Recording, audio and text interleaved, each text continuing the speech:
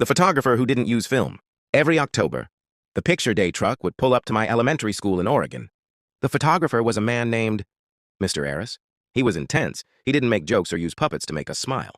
He would just grip your chin with his cold, gloved hands and tilt your head until it felt like your neck might snap. He'd always whisper, "Perfect angle. Don't blink or the light will catch the impurities." The weirdest part was that we never got the proofs back until the very end of the school year. And when we did, the photos were stunning. We looked like movie stars. Our skin was flawless, our eyes were unnaturally bright, and we all had the exact same symmetrical smile. My mom called them angelic. Last year, I was working as a digital archivist and stumbled upon a cache of lost files from a defunct photography studio. The name on the folder was Aris Vision.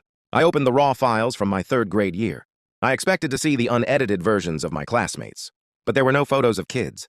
The camera Mr. Aris used wasn't a camera. It was a high-resolution 3D LiDAR scanner. The photos we received in the mail were actually CGI renders, completely digital recreations of our faces. I found a subfolder titled Architecture. In it were thousands of blueprints for what looked like a massive, hyper-realistic theme park. Mr. Aris wasn't a school photographer. He was a character designer for a company that specialized in untraceable digital assets. He had spent 20 years scanning the faces of thousands of school children to create a library of digital humans for a virtual world where wealthy guests could interact with us without ever meeting a real person.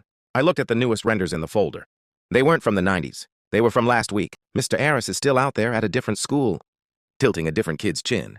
And somewhere in a server in a country I've never visited, there is a version of me that is still 8 years old, being sold to the highest bidder for a private experience. I didn't have angelic skin. I had no soul.